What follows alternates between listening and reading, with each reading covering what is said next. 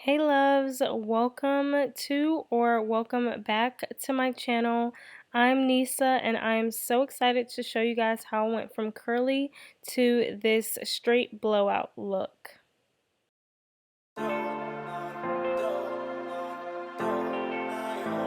So I am starting out with my hair damp, and I actually just got out the shower and completely washed my hair very thoroughly. It is super important that you straighten your hair on very clean hair.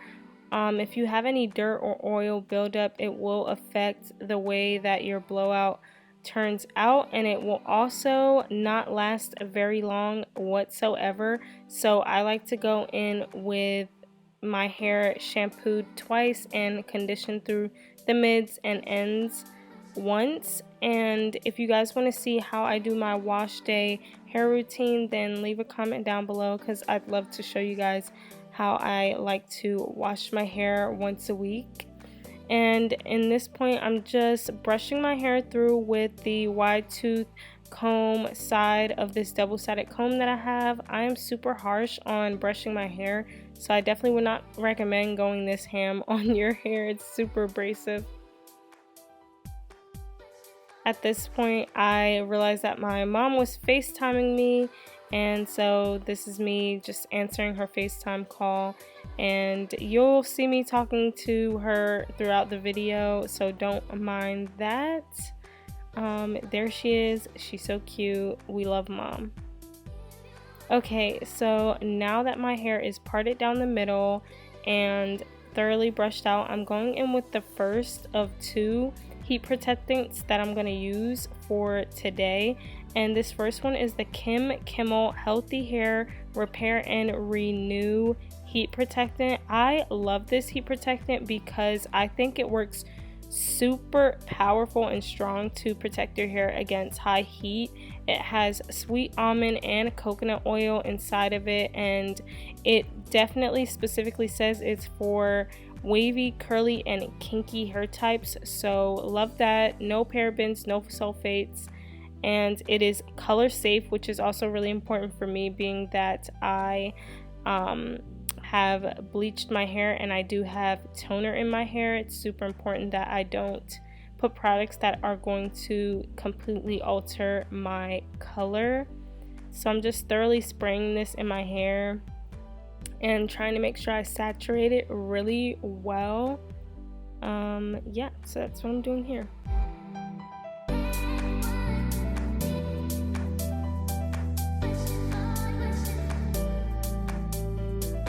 So the next heat protectant that I'm gonna go in with is the Itachi Heat Protection Spray with argan oil. I am obsessed with this heat protectant. It is really one of my favorites.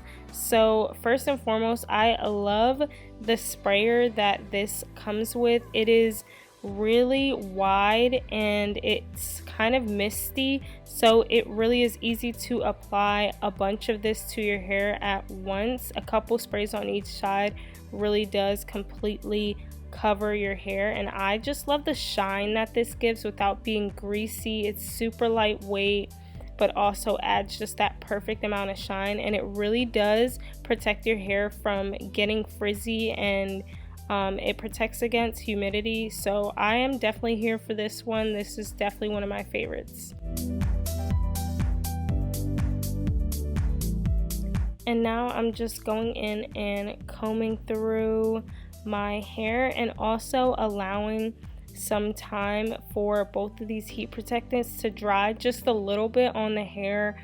I feel like if you let it sit for just a little bit, it actually does activate the product and allows it to get deeper into your hair strands, thus making it a lot more effective when protecting against your hot tools. And now I'm just going in with the smaller side of my comb, and I'm just going in brushing with my Conair blow dryer. I've had this blow dryer for so long, like literally years and years, and it just works for me, so I'm just gonna keep using it until I can't use it anymore. And I'm just going in, brushing through. It is on a medium heat setting with a low air setting. I always just blow dry my hair on low because I feel like high air setting is just unnecessary and it doesn't necessarily dry your hair any faster.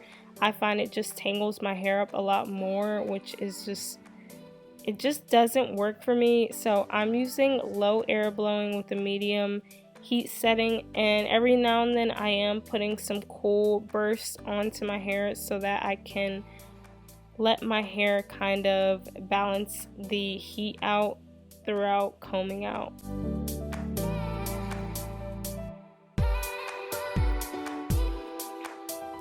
I also think blow drying is very key to getting a long-lasting blowout.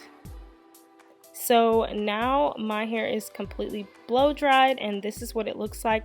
I could have gone for a longer blow dry and made it a little bit more straight, but my hair is very thin or fine, whatever word you like to use.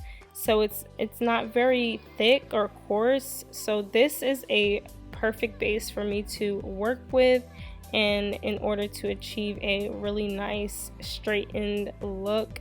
So yeah, I'm pretty happy with the results. Like I was saying, I really do think that blow drying your hair before straightening it is really beneficial because in my opinion your blowouts last a lot longer than if you were to just go straight into the straightening process.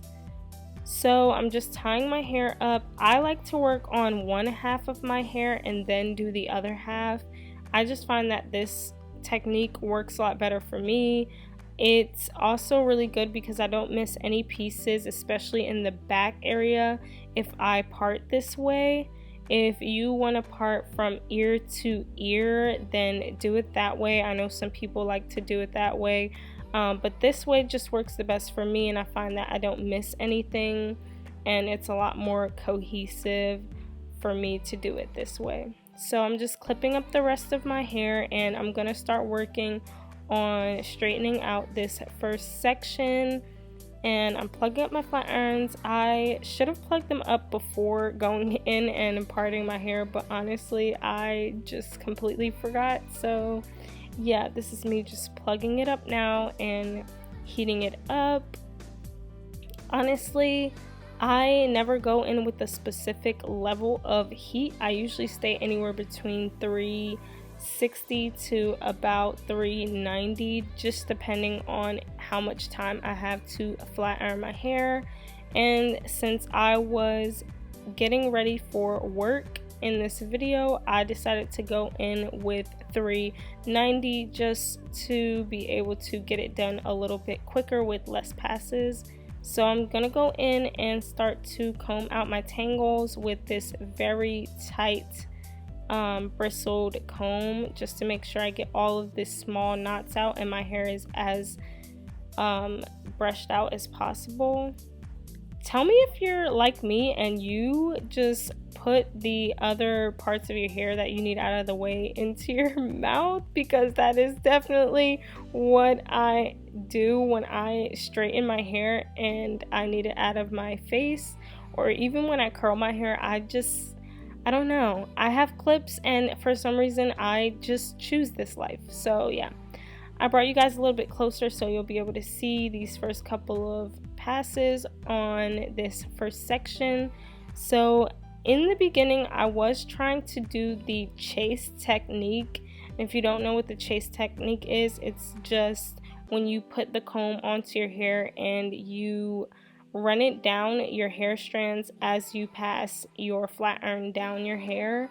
And I was trying to do this because I know it gives really good results, but my hair is just so freaking thin that it just kind of doesn't grip to the comb as easily, and I really was not trying to be here all day flat ironing my hair like that. So I honestly gave up very quickly on doing that, and I decided to pretty much just comb it out before and after passes, and sometimes in between passes when I felt like I needed to comb it out. So yeah, but you can do whatever method works for you. This was just more economical for me at this point, and I got frustrated very easily.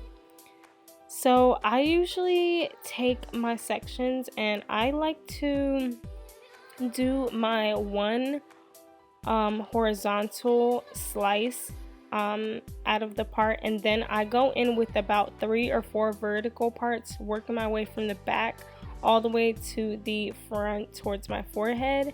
And I just find that this is the easiest way for me to straighten my hair.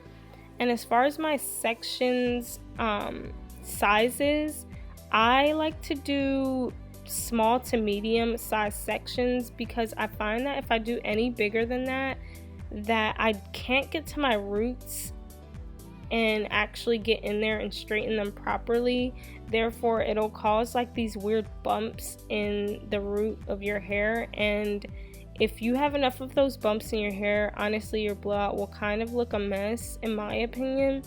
And I just like to really make sure that I'm getting each and every strand of hair when I'm flat ironing. And I feel like the smaller sections you do, the fewer passes you have to do. Therefore, you're eliminating unnecessary heat on your hair, because the more passes you do, I mean, ultimately, the more direct heat your hair is getting. Therefore, more damage is possible with that. But I'm not gonna lie, I do pretty fast passes, which is just, again, me being super impatient. So I definitely would recommend that if you have the time to slow down with passing the flat iron over your hair, and I promise you, you will have to do way less passes while flat ironing, and you will get a very even result with minimal damage. So now I'm just taking the next chunk of my hair, and I am doing the same exact thing that I did to the first chunk of hair, with the first initial slice horizontally and then 3 to 4 vertical slices until I reach the front of my hair. So yeah, that's what I'm doing right here.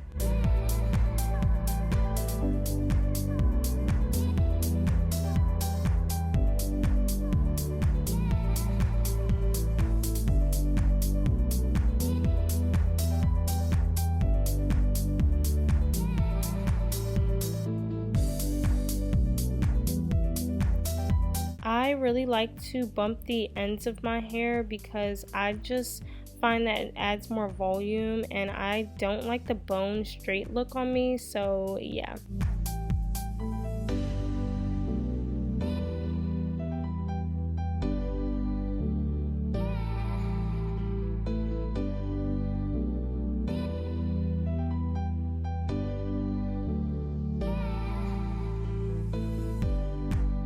Now that I am getting right up onto my roots and crown area where my part is showing, I take the thinnest paper thin slice possible, and then I go in and I also split this into the tiniest sections within that section. And I really like to focus on my roots for this, because this is literally the top of your head where you and everyone else will see the most. And I feel like focusing on this area and really getting this as straight and flat as possible will really give you a really polished blowout salon look. I think that this is super crucial, because if you do too big of sections and you don't get really straight up onto your root, it will not look as cohesive and as professional as it could. So I definitely say, if there's going to be any part that you really take your time on and you really make sure you give extra love to, it would definitely be this top area here. Now I'm going to be taking my bangs and combing them forward. And my bangs are very grown out. I am still in the process of trying to figure out if I want to keep growing them out or if I want to cut them shorter again. I am super indecisive when it comes to my bangs for some reason, so it'll probably take me another couple of months to actually figure out what it is that I want to do with them. But yeah, I'm just going in with really paper thin pieces, and I am bumping the ends of my bangs a lot more than I bumped the ends of the rest of my hair, just because in my opinion I like the way that my bangs look when they're a little extra bumped. I think it frames my face really nicely, and it kind of gives my bangs a little flip at the end that blends into the rest of my hair really nicely, and it kind of gives that older kind of 80s blowout, 90s blowout kind of like moment. So yeah, it just gives some really good volume in the front of my face that I really like personally. If you don't like, that bump, you definitely don't have to do it as extreme as I did, or you don't have to bump your ends at all. You could just, see it through to the end very, very bone straight, and that'll give you a much more flat look. But yeah, this is just how I like to do mine, and I'm gonna go do the other half of my hair, and I'll be back with the final result. Okay, you guys, so this is the finished look. I am obsessed. I think it looks so good, and it's giving inches, honey. And yeah, I'm super happy with how this all turned out. I hope you guys enjoyed this video, and if you did, don't forget to give me a like and comment down below. Until the next time, I'll see you all. Bye, loves.